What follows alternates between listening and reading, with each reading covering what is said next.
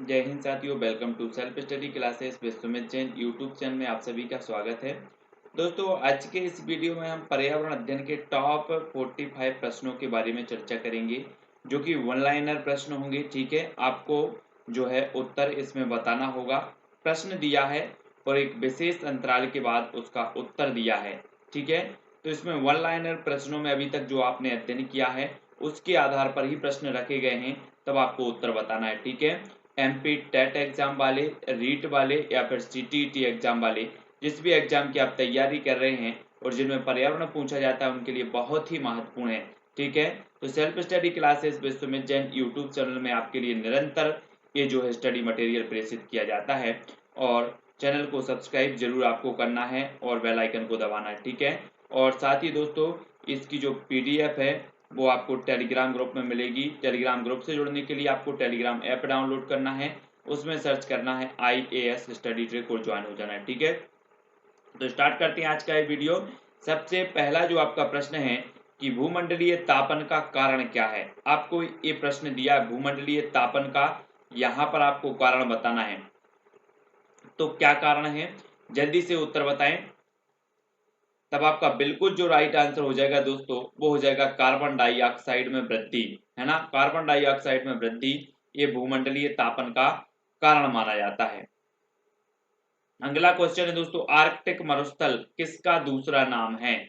आपको बताना है आर्कटिक मरुस्थल किसका दूसरा नाम है। प्रश्न क्रमांक 2 का आंसर अगर आपसे बनता है तो जरूर कमेंट में लिखेंगे फटाफट से। तो अब आपका राइट जो आंसर हो जाएगा वो क्या हो जाएगा, टुंड्रा।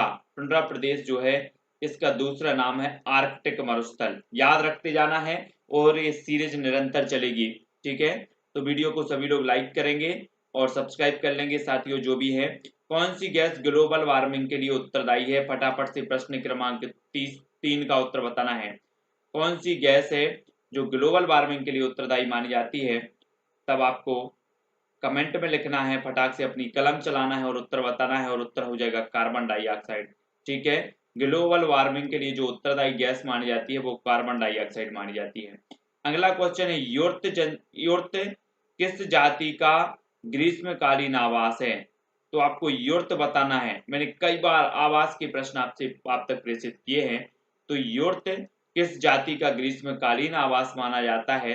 प्रश्न क्रमांक 4 का उत्तर हमें लिखना है। तब आपका उत्तर हो जाएगा दोस्तों खिरगीज। खिरगीज जो जनजाति है इसका ग्रीष्मकालीन आवास को कहा जाता है युर्त। ठीक है, याद रख लेना अगर नहीं बनता है तो, और बनता है तो कमेंट में जरूर लिखना है। कैनल किसका आवास है। मैंने आवास की आपको एक ट्रिक बना के वीडियो दिया है, आवास का पूरा पूरा सभी प्राणियों जंतुओं के जो आवास हैं उनके। तो आपको कैनल बताना है। तब आपका बिल्कुल सही आंसर हो जाएगा कुत्ता। कुत्ता के आवास को कहा जाता है दोस्तों कैनल। ठीक है, तो कैनल आपका राइट आंसर होगा। अगले क्वेश्चन की ओर बढ़ते हैं, मधुमक्खी पालन को क्या कहा जाता है। मधुमक्खी पालन को क्या कहा जाता है। प्रश्न क्रमांक 6 का उत्तर लिखना है, क्या कहा जाता है, जल्दी से बताएं। तब आपका बिल्कुल सही आंसर होगा एपी कल्चर। क्या कहा जाता है, एपी कल्चर कहा जाता है। मधुमक्खी पालन को कहा जाता है एपी कल्चर। ठीक है, अगला प्रश्न है, किंडरगार्टन विधि के प्रणेता कौन थे। किंडरगार्टन विधि के प्रणेता बताना है जल्दी से, अगर आपसे बनता है तो जल्दी बताएं। तब आपका बिल्कुल सही आंसर होगा दोस्तों फ्रॉबेल। किंडरगार्टन विधि के जन्मदाता माने जाते हैं, प्रणेता माने जाते हैं फ्रॉबेल। अगला है, कबड्डी की टीम में कितने खिलाड़ी होते हैं। तब आपका बिल्कुल सही आंसर होगा 11। ठीक है, कबड्डी की खिलाड़ी में होते हैं 11। अगला प्रश्न है दोस्तों, स्वच्छ भारत अभियान की शुरुआत कब की गई। प्रश्न क्रमांक 9 का उत्तर। तब आपका बिल्कुल सही आंसर होगा 2 अक्टूबर 2014 को स्वच्छ भारत अभियान की शुरुआत की गई। ठीक है, नेक्स्ट है, विश्व शौचालय दिवस कब मनाया जाता है। प्रश्न क्रमांक 10। तब आपका बिल्कुल सही आंसर होगा 19 नवंबर। विश्व शौचालय दिवस जो मनाया जाता है वो मनाया जाता है 19 नवंबर को। ठीक है, नेक्स्ट है, विश्व हाथ धुलाई दिवस कब मनाया जाता है। विश्व हाथ धुलाई दिवस यहां पर बताना है। तब आपका बिल्कुल सही आंसर होगा 15 अक्टूबर। विश्व हाथ धुलाई दिवस मनाया जाता है 15 अक्टूबर को। ठीक है, प्रश्न क्रमांक 11 का उत्तर 15 अक्टूबर नेक्स्ट है मानव शरीर को कितने पोषक तत्वों की आवश्यकता होती है। प्रश्न क्रमांक 12 का उत्तर हमें बताना, मानव शरीर को कितने पोषक तत्वों की आवश्यकता होती है। तब आपका बिल्कुल सही आंसर होगा 7 पोषक तत्वों की आवश्यकता होती है मानव शरीर को। ठीक है, याद रख लेना 7। अगला क्वेश्चन है दोस्तों, पेड़ पौधों के लिए कितने पोषक तत्वों की आवश्यकता होती है। प्रश्न क्रमांक 13, पेड़ पौधे जिन्हें की उत्पादक कहा जाता है, इनको कितने पोषक तत्वों की आवश्यकता होती है। तब आपका बिल्कुल जो सही आंसर हो जाएगा वो क्या होगा, 17। कितने, 17 पोषक तत्वों की आवश्यकता होती पेड़ पौधों को। अगला प्रश्न, विटामिन की खोज 1912 में किसने की थी। प्रश्न क्रमांक 14 का उत्तर हमें लिखना है। तब आपका बिल्कुल सही आंसर होगा हॉपकिंस ने। विटामिन की जो खोज की थी 1912 में किसने की थी, हॉपकिंस ने की थी। प्रश्न क्रमांक 14 का उत्तर। अगला क्वेश्चन है, सभी अनाजों में सर्वाधिक कार्बोहाइड्रेट किसमें होता है। अनाज बहुत सारे आपने पढ़े हैं, गेहूं, चावल, सरसों, चना, मक्का। इस सभी अनाजों में जो सबसे ज्यादा कार्बोहाइड्रेट होता है वो किसमें होता है, तो वो होता है दोस्तों किसमें, चावल में। किसमें, चावल। ठीक है। अगला क्वेश्चन है, विटामिन सी का रासायनिक नाम क्या है। प्रश्न क्रमांक 16 का आंसर बताना है। ये सारे के सारे क्वेश्चन हम पढ़ चुके हैं, आपको लास्ट में उत्तर भी बताना है कि आपने कितने सही किए हैं। तब आपका प्रश्न क्रमांक 16 का आंसर है एस कार्बिक। एस कार्बिक आपका बिल्कुल सही हो जाएगा। ठीक है। अगला प्रश्न है दोस्तों, संसार में सर्वाधिक वर्षा वाला स्थान कौन सा है। प्रश्न क्रमांक 17 का आंसर लिखना है, संसार में सर्वाधिक वर्षा वाला जो स्थान है वो कौन सा है। तब आपको पता है कि संसार में सर्वाधिक वर्षा वाला स्थान जो है वो मासेनराम है। ठीक है, पहले चेरापूंजी था, अब हो गया है मासेनराम। ठीक है। अगला क्वेश्चन है, संविधान का कौन सा अनुच्छेद पर्यावरण संरक्षण को प्रत्येक नागरिक के जो है मौलिक कर्तव्य के रूप में पहचान करता है। तो कौन सा अनुच्छेद है जो पर्यावरण संरक्षण को प्रत्येक नागरिक के मौलिक कर्तव्य के रूप में पहचान करता है, हमें अनुच्छेद बताना है। तो प्रश्न क्रमांक 18 का जो राइट आंसर होगा वो अनुच्छेद 51A। 51A में वर्णित है कि प्रत्येक नागरिक का यह कर्तव्य होगा कि वह अपने पर्यावरण की रक्षा करे। ठीक है। अगला है, दूषित जल से फैलने वाली एक बीमारी का नाम बताओ। आपने दूषित जल से फैलने वाली बहुत सारी बीमारियां पढ़ी होंगी, है ना। तो आपको एक बीमारी का नाम कमेंट में लिखना है, सभी लोग लिखेंगे। तब आपका जो प्रश्न क्रमांक 19 है उत्तर हो जाएगा टाइफाइड। टाइफाइड या बहुत सारे लोगों ने अलग अलग बताई हैं, टाइफाइड आपका बिल्कुल सही होगा। दूषित बीमारी, दूषित जल से फैलने वाली बीमारी है। अगला क्वेश्चन है, कोटोपैक्सी एक जागृत ज्वालामुखी है जो अवस्थित है, तो कहां पर अवस्थित है। प्रश्न क्रमांक 20 का आंसर हमें बताना है। जो कमेंट जल्दी नहीं कर पाते हैं वो अपने मन में सोचते जाएं उत्तर को, है ना, और लास्ट में उत्तर बताना है कि आपने कितने सही उत्तर किए हैं। आपका उत्तर हो जाएगा एंडीज। एंडीज जो पर्वतमाला आपने सुनी होगी, है ना, वहीं पर ये ज्वालामुखी है कोटोपैक्सी, और ये जागृत ज्वालामुखी है। ठीक है। 21 का आंसर, भूकंप की तीव्रता मापने वाले यंत्र को क्या कहते हैं। प्रश्न क्रमांक 21 का आंसर हमें बताना है। तब आपका राइट आंसर क्या होगा, भूकंप की तीव्रता मापने वाले यंत्र को जो कहा जाता है वो कहा जाता है सीस्मोग्राफ। क्या कहा जाता है, सीस्मोग्राफ। ठीक है।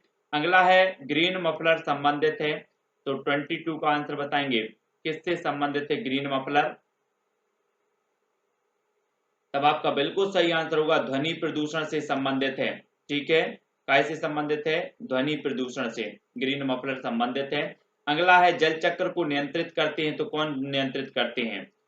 प्रश्न क्रमांक 23 का आपको उत्तर मैंने कई बार पढ़ाया है, जल चक्र को जो नियंत्रित करते हैं वो कौन करते हैं, वन। वन जल चक्र को नियंत्रित करते हैं। ठीक है, वन आपका बिल्कुल राइट आंसर होगा। अगला क्वेश्चन देख लेते हैं दोस्तों हम, इसरो की स्थापना कब हुई थी।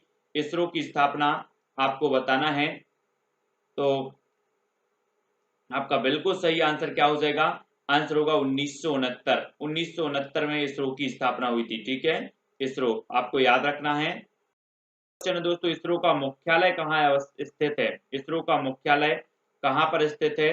प्रश्न क्रमांक 25 का आपका बिल्कुल सही आंसर क्या होगा, बेंगलोर। बेंगलोर कर्नाटक में इसरो का मुख्यालय स्थित है। ठीक है। रॉकेटमैन ऑफ इंडिया किसे कहा जाता है? प्रश्न क्रमांक 26 का आंसर हमें बताना है। अगर आपसे बन रहा है तो कमेंट में जरूर लिखा करें रॉकेटमैन ऑफ इंडिया किसे कहा जाता है। तब आपका बिल्कुल सही आंसर होगा के सिवान को। किसे कहा जाता है? के सिवान साहब को। नेक्स्ट प्रश्न है दोस्तों आपका, बच्चे को समाजीकरण का पहला पाठ कहां से प्राप्त होता है? 27 का आंसर यहाँ पर जल्दी से लिखें कि एक बच्चे को समाजीकरण का जो पहला पाठ प्राप्त होता है वो कहां से होता है? तब आपका बिल्कुल सही आंसर क्या होगा? परिवार से। ठीक है। नेक्स्ट प्रश्न है दोस्तों, भारत में पर्यावरण संरक्षण अधिनियम कब पारित हुआ? पर्यावरण संरक्षण अधिनियम आपको बताना है कब पारित हुआ भारत में। तब आपका बिल्कुल सही आंसर होगा 1986 में। ठीक है, 1986 में पर्यावरण संरक्षण अधिनियम पारित हुआ भारत में। ठीक है। सर्वाधिक जैव विविधता किस क्षेत्र में पाई जाती है? आपको पता है कि जैव विविधता हॉट स्पॉट भारत में 3 हॉट स्पॉट हैं, है ना। और सर्वाधिक जैव विविधता जो पाई जाती है वो कहाँ पर पाई जाती है? तो आपको का उत्तर जो हो जाएगा भूमध्य रेखीय क्षेत्र में। ठीक है, भूमध्य रेखीय क्षेत्र में सबसे कम जो पाई जाती है वो ध्रुवों की ओर पाई जाती है, जबकि जैसे जैसे ध्रुवों से भूमध्य रेखा की ओर बढ़ते हैं और जैव विविधता बढ़ती जाती है, तो भूमध्य रेखीय क्षेत्र में। ठीक है। विश्व की सबसे बड़ी प्रवाल भित्ति ग्रेट बैरियर रीफ कहाँ स्थित है? तो ये विश्व की सबसे बड़ी प्रवाल भित्ति है ग्रेट बैरियर रीफ, और ये कहाँ पर स्थित है आपको बतानी है। प्रश्न क्रमांक 30 का आंसर। तब आपका बिल्कुल सही आंसर होगा ऑस्ट्रेलिया। ऑस्ट्रेलिया में स्थित है। ठीक है, याद रखना है। अगला क्वेश्चन है, भारत में किस क्षेत्र को पारिस्थितिक उष्ण स्थल की संज्ञा जो है दी जाती है? तो किस क्षेत्र को पारिस्थितिक उष्ण स्थल की संज्ञा दी जाती है? प्रश्न क्रमांक 31 का आंसर आपको पता है तो कमेंट में लिखें। तब आपका बिल्कुल सही आंसर होगा पश्चिमी घाट को। पश्चिमी घाट को कहा जाता है पारिस्थितिक उष्ण स्थल की इसे संज्ञा दी जाती है। प्रश्न क्रमांक 31 का आंसर बिल्कुल सही हो जाएगा आपका पश्चिमी घाट। अगला है, संसार में किस देश के जंगल में सर्वाधिक जैव विविधता पाई जाती है? तो सर्वाधिक जैव विविधता किस देश के जंगलों में पाई जाती है? आपको 32 का आंसर बताना है। तब आपका बिल्कुल जो राइट आंसर हो जाएगा दोस्तों वो क्या हो जाएगा? ब्राजील। ब्राजील के जंगलों में सर्वाधिक जैव विविधता पाई जाती है। ठीक है, तो ब्राजील आपका बिल्कुल राइट आंसर होगा। नेक्स्ट है, जैव विविधता दिवस कब मनाया जाता है? जैव विविधता दिवस आपको बताना है। प्रश्न क्रमांक 33 का आंसर जो आपका राइट होगा वो क्या हो जाएगा? जैव विविधता दिवस कब मनाया जाता है?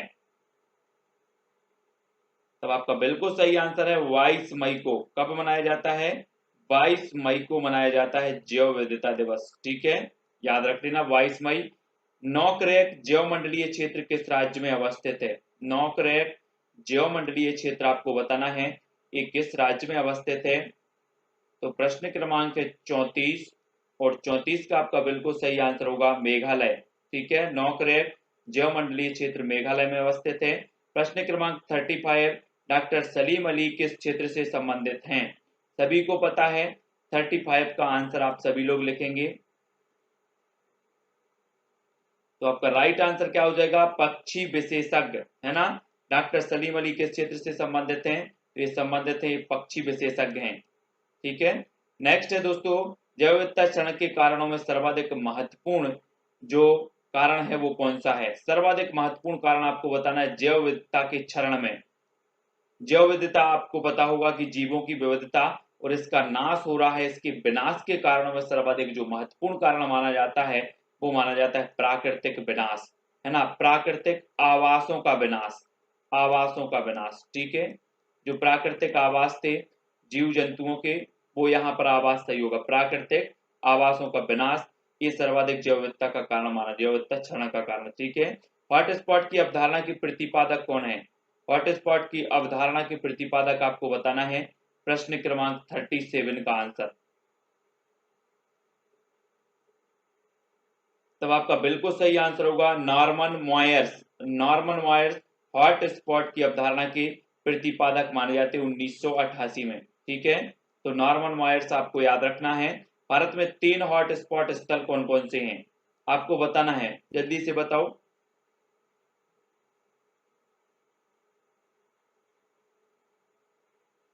तब आपका बिल्कुल सही आंसर होगा, एक तो पूर्वी हिमालय, पश्चिमी घाट, हिमालयी क्षेत्र, ये माने जाते हैं हॉट स्पॉट स्थल। ठीक है, फिर है भारत में प्रथम जैवमंडलीय क्षेत्र नीलगिरी की स्थापना की गई थी, तो कब की गई थी? भारत का प्रथम जैवमंडलीय क्षेत्र है नीलगिरी, और इसकी स्थापना कब हुई थी? प्रश्न क्रमांक 39 का आंसर यहां पर लिखना है आपको। तब आपका बिल्कुल सही आंसर होगा 1986 में। कब की गई थी?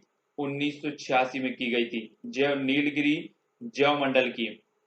अगला क्वेश्चन है आपका, देश के किस भाग को जैव विविधता का द्वार संज्ञा प्रदान की गई है? तो किस भाग को की गई है? देश के किस भाग को जैव विविधता का द्वार संज्ञा प्रदान की गई है? तो जैव विविधता का द्वार ये संज्ञा दी गई है, तो किस भाग को दी गई है? प्रश्न क्रमांक 40 का उत्तर हमें लिखना है। तो आपका बिल्कुल सही आंसर होगा पूर्वोत्तर राज्यों को दी गई है। ठीक है, नेक्स्ट उड़ने वाली छिपकली जिसे ड्रोको कहा जाता है, भारत में कहां पाई जाती है? ड्रोका भारत में कहां पाई जाती है? प्रश्न क्रमांक 41 का आंसर बताना है। तो ये उड़ने वाली छिपकली है जिसका नाम है ड्रोका, और ये पाई जाती है दोस्तों पश्चिमी घाट के जंगलों में। ठीक है, पश्चिमी घाट के जंगलों में ये हॉट स्पॉट क्षेत्र है, और यहाँ पर ड्रोको नामक छिपकली पाई जाती है जो उड़ती है। ठीक है, जो है थामिन मृग कहाँ पाया जाता है? थामिन मृग आपको बताना है 42 का आंसर। ये थामिन मृग कहाँ पाया जाता है? तब आपका बिल्कुल सही आंसर होगा दोस्तों मणिपुर लोकटक झील के पास, है ना। ये लोकटक झील भी पूछा जाता है कि लोकटक झील कहाँ पर है, तो ये मणिपुर में है। और ये जो थामन मृग पाया जाता है तो वो मणिपुर लोकटक झील के पास पाया जाता है। ठीक है, अगला है कस्तूरी मृग कहाँ पाया जाता है? 43 का आंसर यहाँ पर आपको बताना है, कस्तूरी मृग कहाँ पाए जाते हैं? तब आपका बिल्कुल सही आंसर क्या होगा? बृहद हिमालय पर्वत क्षेत्र में। कहाँ पाए जाते हैं? बृहद हिमालय पर्वत क्षेत्र में पाए जाते हैं कस्तूरी मृग, याद रखना है, बहुत ही महत्वपूर्ण है। अगला क्वेश्चन है श्याम मृग कहाँ पाए जाते हैं? 44 का आंसर यहां पर लिखना है।